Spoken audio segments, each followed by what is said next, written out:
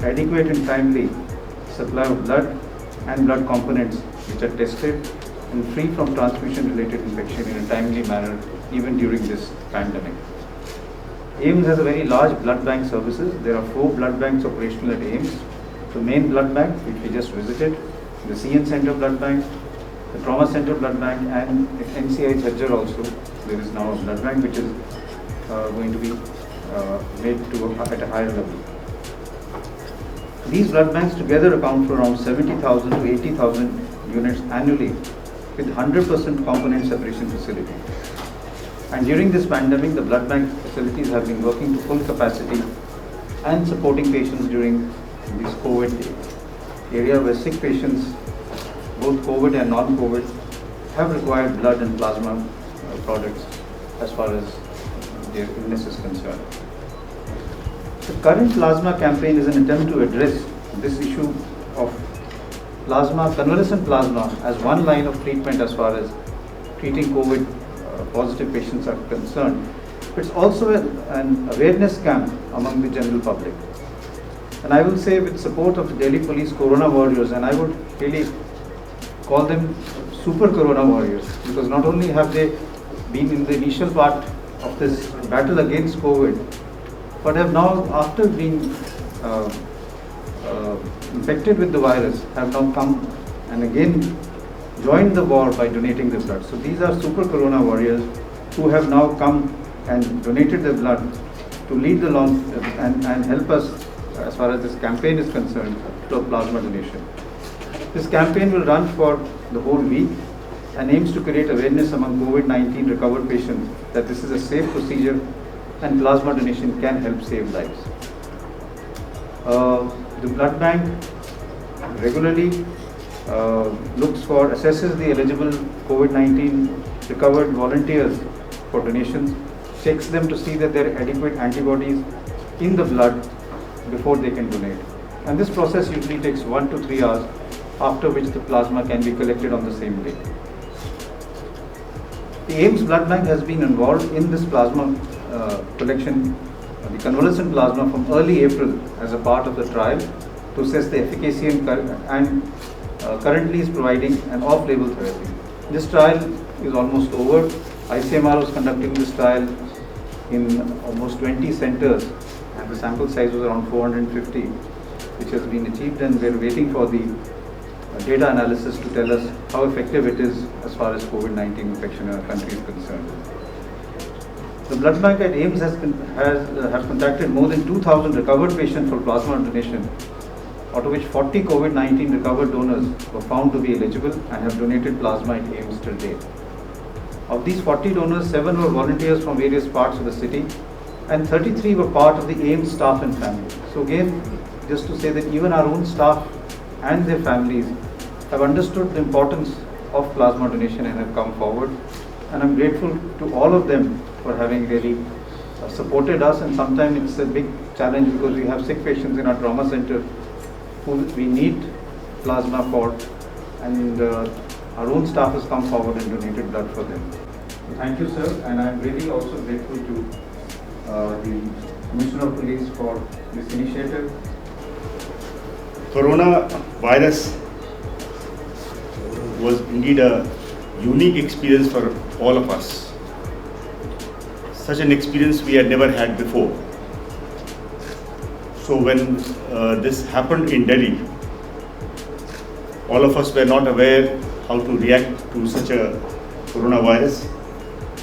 With the onset, police had two responsibilities. One was maintenance of law and order, and in specific terms, the management of the lockdown, and also managing the health and motivation of his own police force.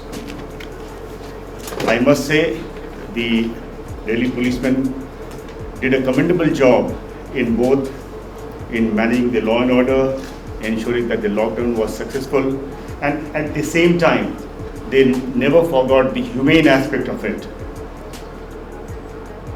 Police, as you know, it's a visible arm of the government, an effective arm. We knew that, and we also knew that our reach is far and wide.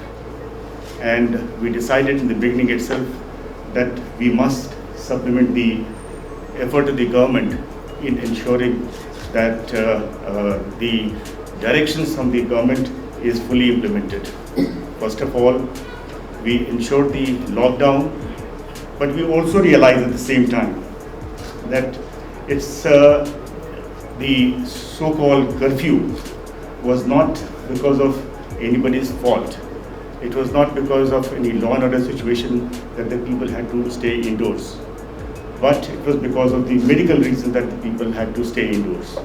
So it was essential, since it was going to be a long term, it was essential that the essential services was made available. The people had medical needs, so going to the hospital should be possible. There are senior citizens who were dependent, they don't have any family members, so they were dependent totally on the domestic help that they had. So those domestic help need to go to them. Also, there were needy people who were dependent on a daily wages, and they also needed to be fed. We knew that if all these things are not fulfilled, then the lockdown will not be a complete one. So it was ensured that each aspect of that was looked after. At the same time, for ensuring all this, it was also important that the health and motivation of the police force is also of the top order.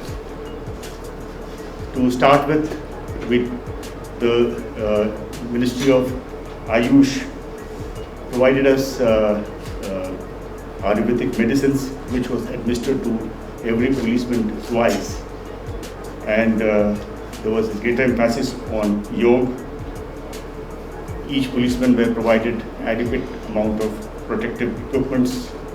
Protocols were laid so that the spread of coronavirus is restricted, and we got fullest support from the hospitals in treating our own policemen. At this point of time, let me say that All India Institute of Medical Science is a hospital of repute, and we got the fullest cooperation, not only in spreading the education regarding coronavirus, but also in the treatment of our policemen whenever they fell sick.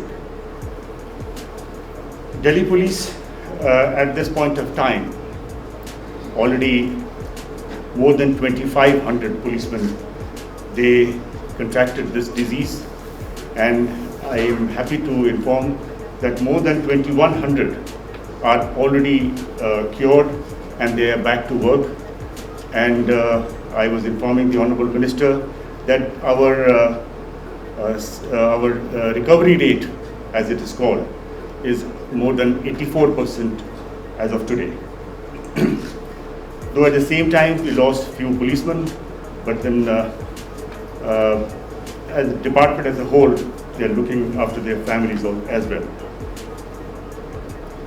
Delhi Police will like to remain in the forefront of the war against coronavirus. As you know, today 25 policemen are here for donating the blood.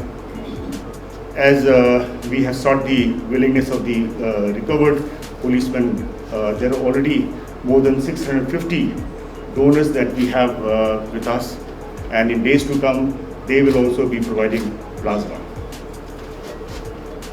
Many policemen, at the same time I would also mention, many policemen, they have given blood on their own, plasma on their own to their relatives and other friends who have asked for.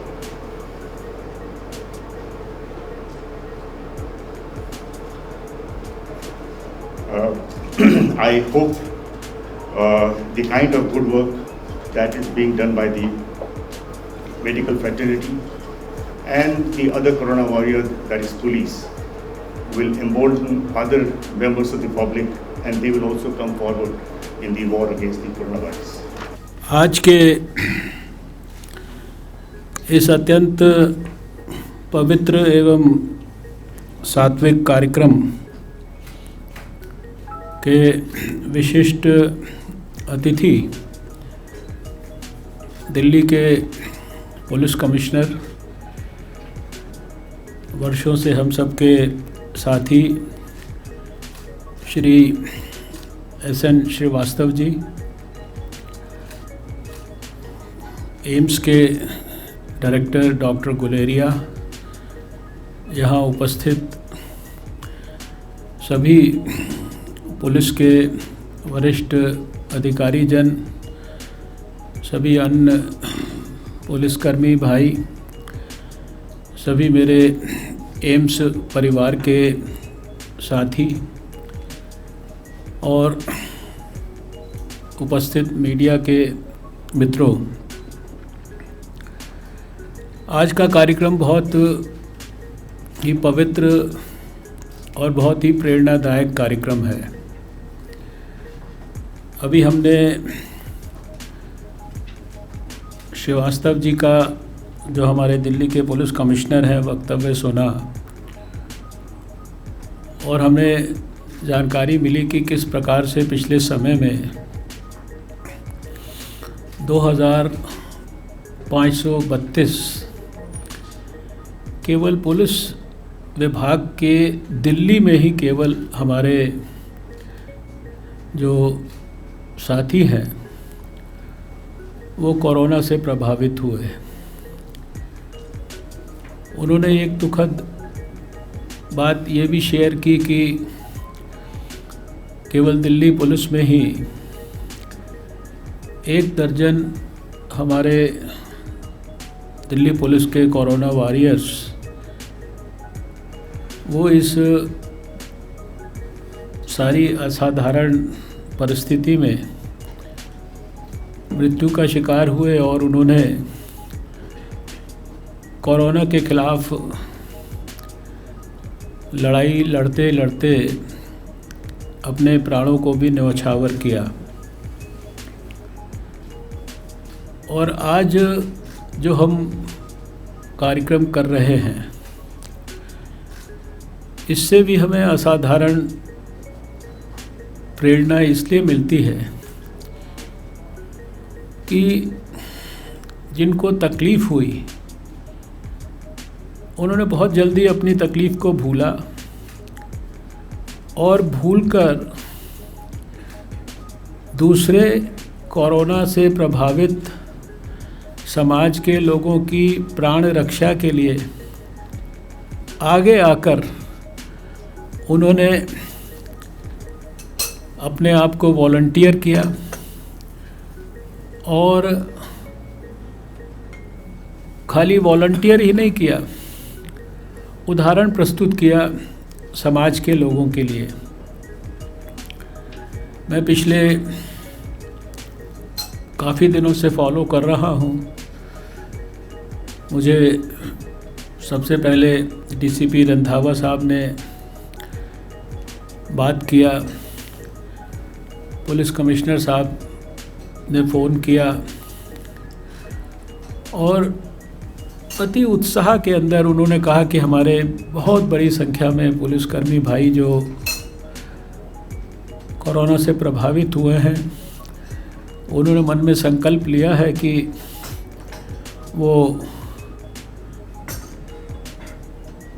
जो भी कुछ बाकी लोगों की प्राण रक्षा के लिए कर सकते हैं वो करने के लिए तत्पर है, उसके लिए अपने आप को वॉलंटियर कर रहे हैं।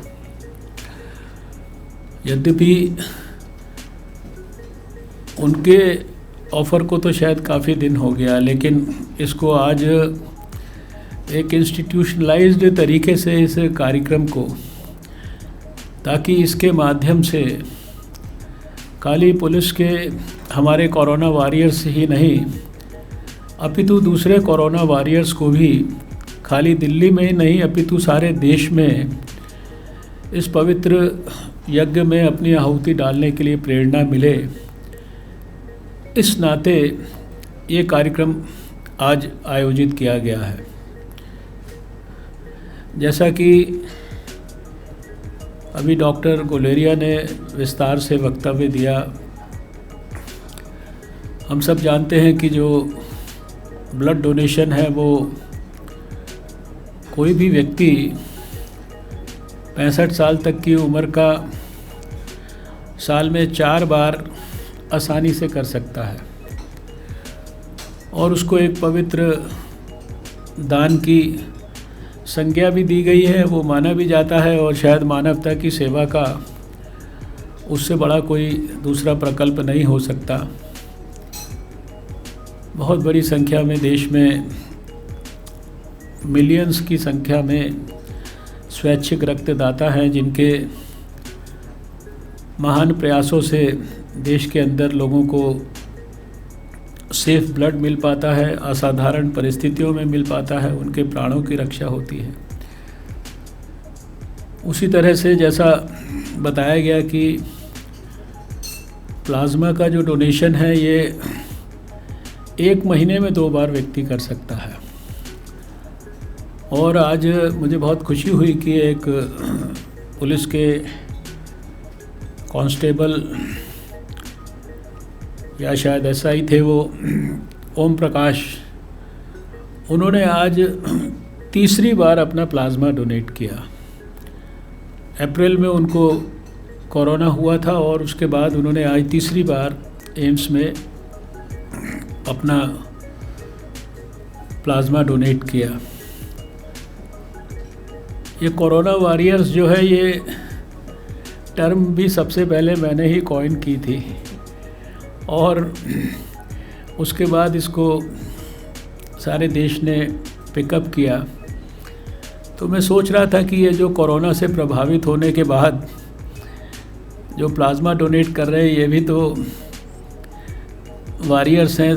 पहले कोरोना वॉरियर थे, अब ये साथ में प्लाज्मा वॉरियर भी बन गए हैं और ये एक बहुत बड़ा योगदान इनके माध्यम से हो रहा है, क्योंकि इसके कारण बहुत सारे लोगों को ज़बरदस्त प्रेरणा मिलेगी।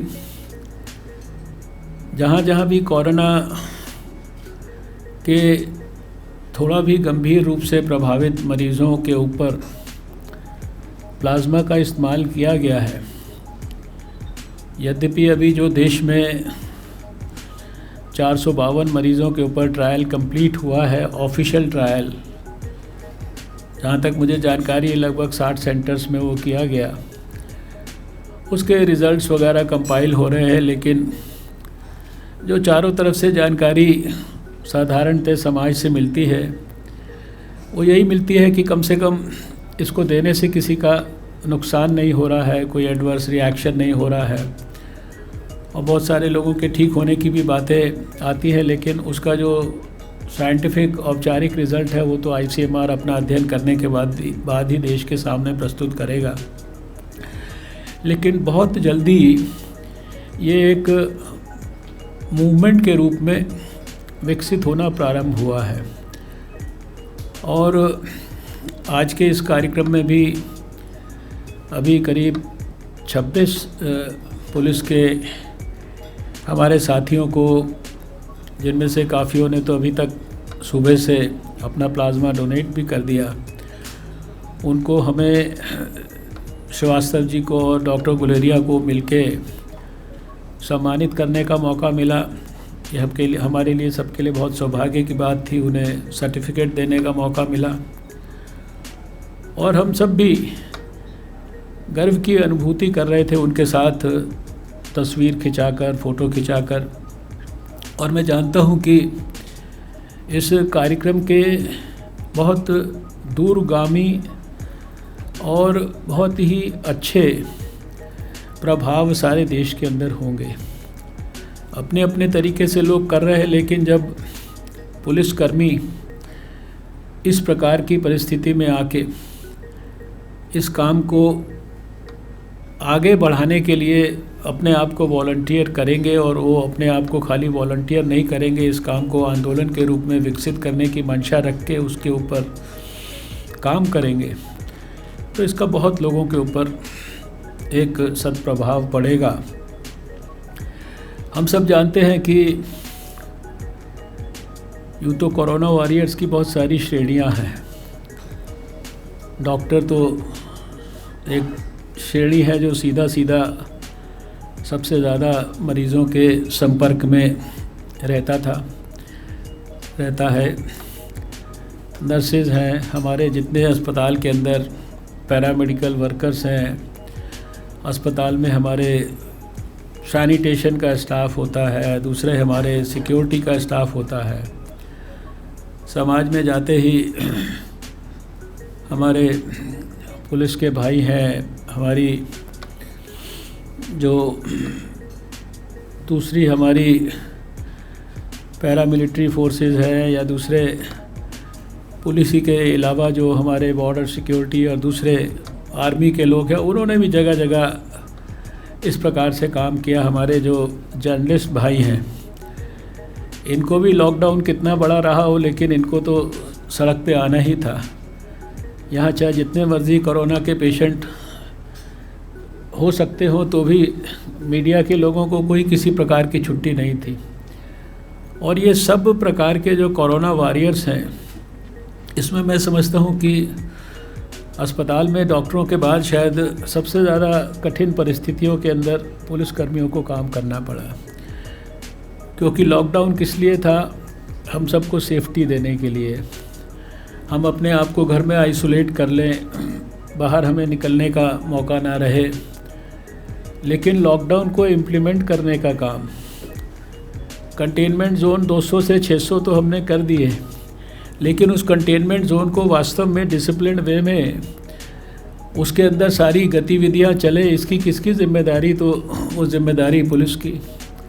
सड़क के ऊपर जो है, चौराहे के ऊपर, मार्केट के अंदर कहीं पर भी भीड़ नहीं हो रही है। और आप समझते हैं कि भारत जैसा देश जहाँ 135 करोड़ की, बल्कि उससे भी ज़्यादा है, औपचारिक तो 135 करोड़ है, उतनी आबादी के अंदर किस तरीके से सोशल डिस्टेंसिंग को मेंटेन कराना, किस तरह से मार्केट प्लेसेस, और फिर लॉकडाउन के पीरियड के बाद जब अनलॉक हुआ, और अनलॉक के अंदर हम दूसरे अनलॉक में चल रहे हैं, इसके अंदर कितना बड़ा चैलेंज जो है पुलिस के सामने आया।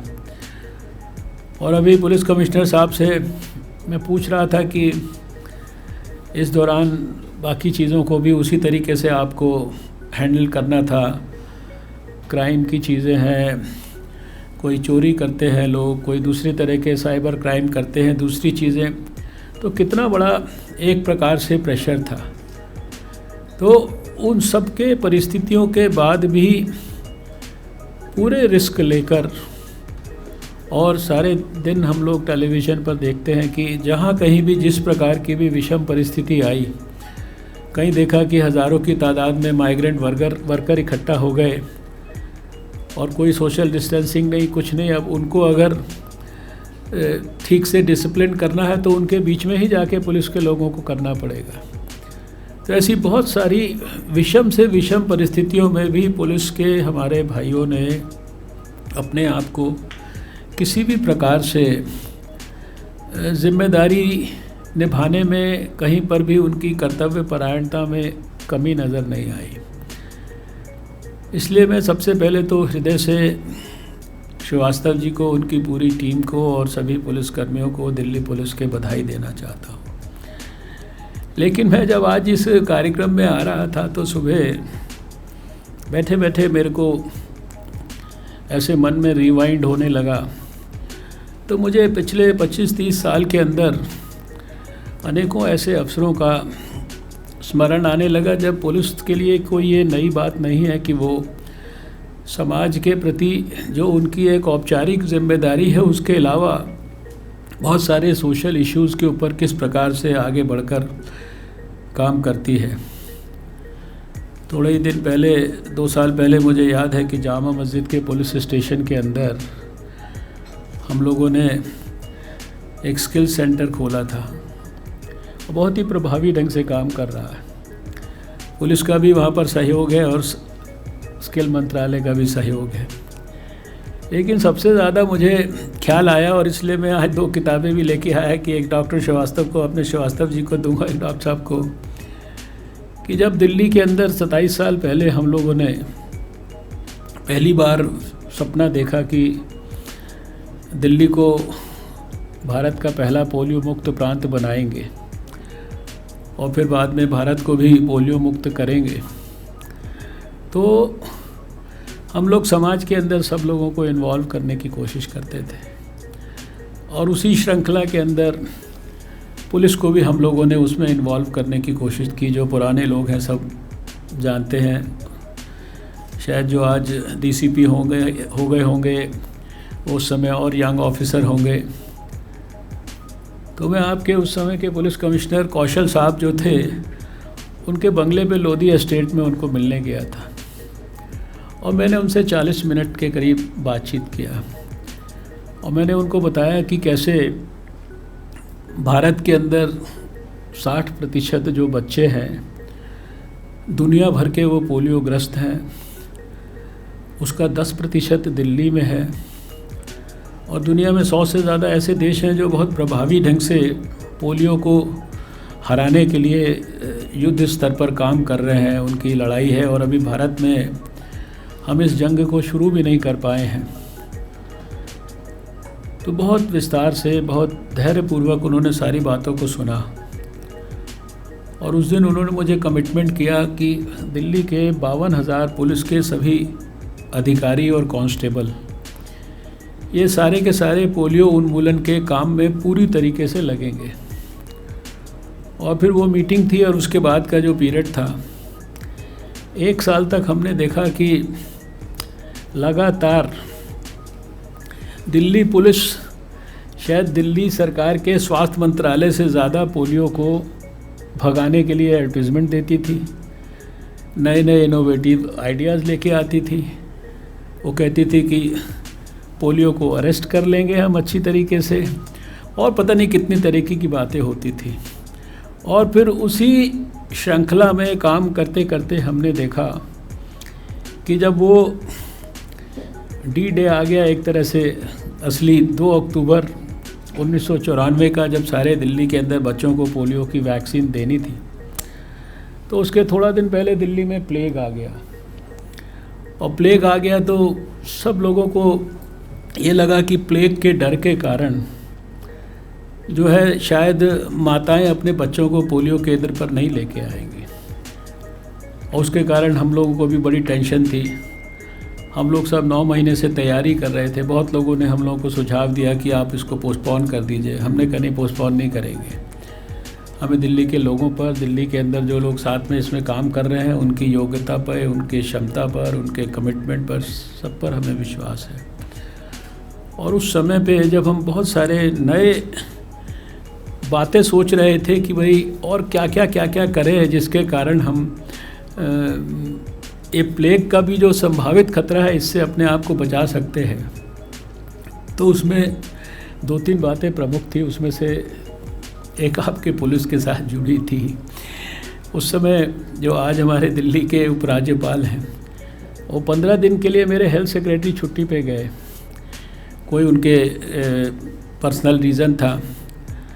तो अनिल बैजल साहब उस समय दिल्ली के होम सेक्रेटरी थे। ये उस समय 15 दिन के लिए लिंक ऑफिसर बन गए।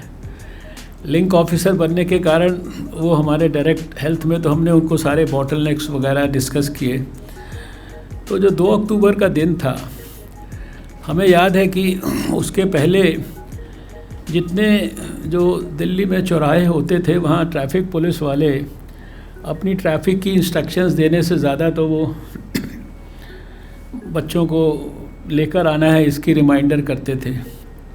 2 अक्टूबर के दिन दिल्ली पुलिस ने अपना जो 100 नंबर था वो हमको डेडिकेट कर दिया, और 100 नंबर के ऊपर फ़ोन करके कोई किसी भी छोटे से छोटे 4000 में से किसी भी पोलियो केंद्र के ऊपर जो है दवा की शॉर्टेज हो वो उसको इन्फॉर्म कर सकता था। जितनी दिल्ली पुलिस की जिप्सीज़ थी, उन जिप्सीज़ के अंदर जो है उनको, क्योंकि एक सेंट्रल स्टोर से 43 रीजनल वैक्सीन स्टोर्स में और 43 रीजनल वैक्सीन स्टोर से 4000 केंद्रों में वैक्सीन सप्लाई होती थी, तो कहीं पे भी शॉर्टेज हो तो इसी सर्किट से उसको पूरा करना होता था। तो इतना उत्साह था लोगों में, कई बार डर भी था।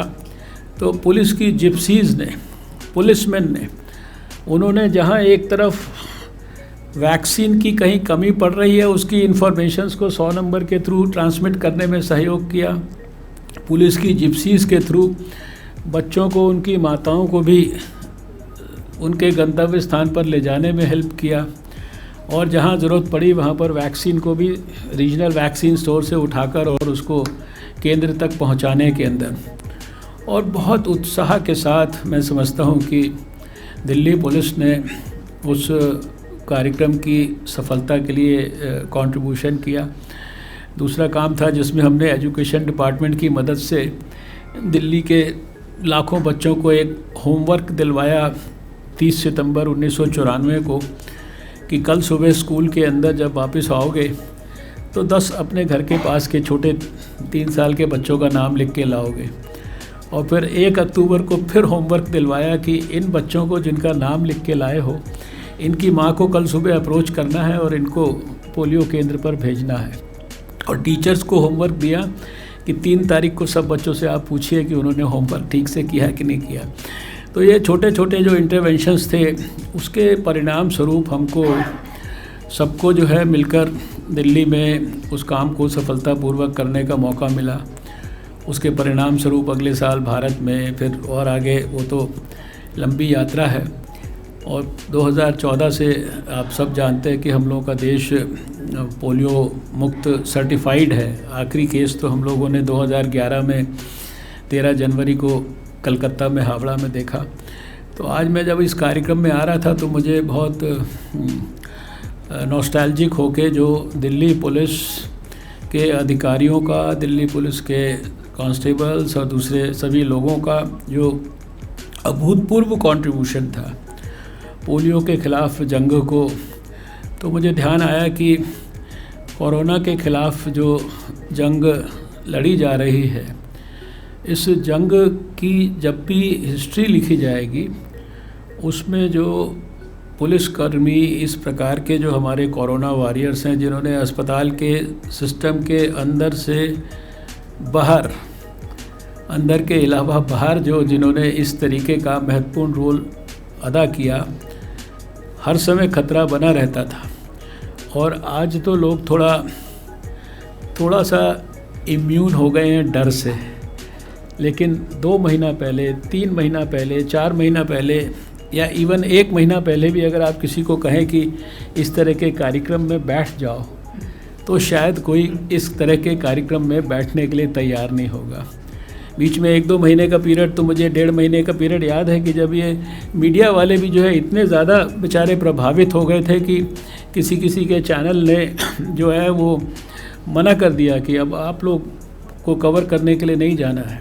आई नो दैट कि भाई 1 महीना, 1.5 महीना इतने सारे लोग प्रभावित हो गए थे। तो ये आज का जो अवसर है, ये वो सब लोग जिनके कंट्रीब्यूशन रहे हैं किसी भी रूप में, और ख़ासकर इस कोरोना के ख़िलाफ़ जंग में जो सब कोरोना वॉरियर्स ने, और इस कोरोना वॉरियर्स की जो कंट्रीब्यूशन है उसको अब और अधिक, जैसा कहा कि इनका रिकवरी रेट 80% से ज़्यादा पुलिस का है, देश का भी रिकवरी रेट 63% के करीब है और हम लोग बहुत ही कम 2.55 के करीब फैटेलिटी रेट दुनिया के अंदर शायद सबसे कम।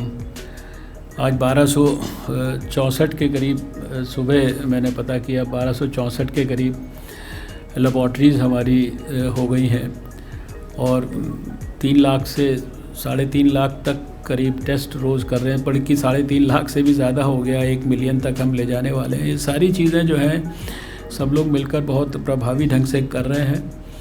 तो श्रीवास्तव जी, आपको मैं बहुत हृदय से धन्यवाद करता हूँ, पुलिस कर्मियों को बहुत अभिनंदन करता हूँ। ये मैंने पुस्तक लिखी थी जो उस समय से लेकर जो अभी जब देश को सर्टिफिकेशन मिला उस समय तक की जो भी यादें थी उसके बारे में, तो मैंने सोचा कि इसमें पुलिस के कंट्रीब्यूशन के बारे में भी इसमें उल्लेख है। पुलिस ने जो पोस्टर्स उस समय उसमें अखबारों में एडवर्टीजमेंट्स दिए, उस तरह के कुछ पोस्टर्स का भी इसमें उल्लेख है। तो मैंने सोचा शायद इट में भी द राइट मोमेंट कि आपको मैं ये किताब भी भेंट करूं और उन पुलिस कर्मियों के कंट्रीब्यूशन को भी स्मरण करूं जिन्होंने बहुत हम लोगों को मदद किया।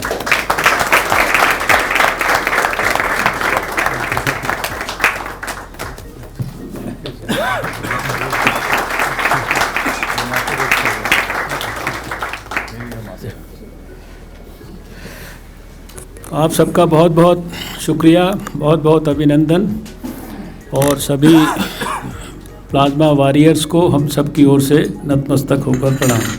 देखिए, आज का दिन बहुत महत्वपूर्ण है। कोरोना के ख़िलाफ़ जो जंग भारत सफलतापूर्वक प्रधानमंत्री नरेंद्र मोदी जी के नेतृत्व में लड़ रहा है और जिसमें सारी दुनिया से बेहतर प्रदर्शन भारत ने किया है, उसको सफल बनाने में हमारे कोरोना वॉरियर्स ने बहुत बड़ी महत्वपूर्ण भूमिका निभाई है। कोरोना वॉरियर्स की बहुत सारी श्रेणियों में एक बहुत ही प्रमुख श्रेणी रही है हमारे पुलिस के साथी। एक अकेले दिल्ली में ही, जैसा कि मुझे जानकारी मिली है, 2532 हमारे पुलिस के कोरोना वॉरियर्स इस बीमारी से संक्रमित हुए और 1 दर्जन ने अपने प्राणों को भी न्यौछावर किया कोरोना के ख़िलाफ़ संघर्ष में। अब जब कोरोना के ख़िलाफ़ इलाज की सफलता को सुनिश्चित करने के लिए कई किस्म के प्रयास हो रहे हैं, उसमें नई वैक्सीन्स, नई दवाइयों की खोज जहां एक तरफ शामिल है, वहां कॉन्वलेसेंट प्लाज्मा, उसका इस्तेमाल कोरोना के थोड़े गंभीर मरीज़ों के लिए किया जा रहा है। उसके क्लिनिकल जो ट्रायल्स हैं वो भी देश में 452 मरीज़ों पे पूरे हुए हैं, उनके रिज़ल्ट्स भी संकलित किए जा रहे हैं। और ऐसे में जब इसको एक बड़े आंदोलन का रूप देना आवश्यक है, ऐसे मौके पर पुलिस विभाग और विशेषकर दिल्ली पुलिस अपने कमिश्नर श्रीवास्तव जी के नेतृत्व में आगे आई है और जो कोरोना से प्रभावित पुलिसकर्मी हैं उन्होंने पहल करके अपने शरीर से प्लाज्मा का डोनेशन करने के लिए आज बड़े पैमाने पर all India institute of medical sciences के ब्लड बैंक में प्लाज्मा डोनेशन किया है। मैं हृदय से इन कोरोना वॉरियर्स को, जो अब कोरोना वॉरियर्स के साथ साथ प्लाज्मा वॉरियर्स भी बन गए हैं, उनको बहुत अभिनंदन करता हूं, बहुत बधाई देता हूं। दिल्ली पुलिस को मैं इसलिए भी बधाई देना चाहता हूं कि 26-27 साल पहले जब पोलियो के ख़िलाफ़ भारत की राजधानी में पहली बार हम लोगों ने जंग प्रारंभ की थी, तब दिल्ली पुलिस के 52,000 कांस्टेबल्स सभी अधिकारी, दिल्ली पुलिस की जिप्सियाँ, इन सब ने भी उसमें बहुत बड़ा महत्वपूर्ण योगदान निभाया था और उनके कंट्रीब्यूशन और समाज के बाकी वर्गों के कंट्रीब्यूशन के कारण ही आज पिछले 6 साल से भारत पोलियो मुक्त सर्टिफाइड नेशन है विश्व स्वास्थ्य संगठन की ओर से। मुझे पूरा विश्वास है कि आज दिल्ली पुलिस और all India institute of medical sciences के द्वारा आयोजित इस कार्यक्रम के माध्यम से समाज के सब वर्गों के लोगों को और विशेषकर जो कोरोना से प्रभावित हो चुके हैं उनको असाधारण प्रेरणा मिलेगी और बहुत बड़ी संख्या में प्लाज्मा डोनेशन करने के लिए कोरोना से प्रभावित मरीज़ जो अब ठीक हो चुके हैं वो आगे आएंगे और जो कोरोना से आज भी संक्रमित हैं या जिनके होने की संभावना है उनके इलाज को सुचारू रूप से करवाने में अपना योगदान देंगे। देश की और समाज की जानकारी के लिए कोई भी कोरोना प्रभावित मरीज़ जो ठीक हो चुका है ब्लड बैंक में टेस्ट कराने के बाद वो 1 महीने में 2 बार तक भी अपना प्लाज्मा डोनेट कर सकता है। आज भी मुझे यहाँ डोनेट करने वाले पुलिस कर्मियों में एक ऐसे पुलिसकर्मी ओम प्रकाश मिले जिनको तकलीफ़ अप्रैल में हुई थी और वो जुलाई में तीसरी बार अपना आज प्लाज्मा डोनेट कर रहे थे। मैं देशवासियों के, दिल्ली वासियों के उत्तम स्वास्थ्य की कामना करता हूं और पुलिस, उनके कमिश्नर और उनके सभी अधिकारियों को और सभी पुलिस के साथियों को बहुत हृदय से बधाई देता हूं। देश में वैक्सीन के बारे में 2 वैक्सीन कैंडिडेट्स के द्वारा ह्यूमन ट्रायल्स की प्रक्रिया शुरू हो गई है। समय के बारे में कोई भी साइंटिफिक जो गतिविधियां होती हैं इसमें कोई पहले से प्रिडिक्शन नहीं कर सकता, लेकिन भारत दुनिया के किसी भी देश से पीछे नहीं है। हमारे यहाँ भी पूरी ईमानदारी, पूरी गंभीरता से और पूरे कमिटमेंट के साथ प्रयास जारी है। Large number of people are falling sick due to the corona. So also Delhi policemen have fallen sick and many have recovered. I have mentioned that 84% of the Delhi policemen, they have recovered. We have a large number of policemen who are ready to donate plasma. So we had tied up with the AIIMS so that we can provide the plasma to all those needy patients so that they can get well. So this is how we are given, and how Delhi this plasma donation camp will benefit. This will embolden, this will encourage other members of the public also to come forward and donate plasma. At least there should be no shortage of plasma for the patients who need it.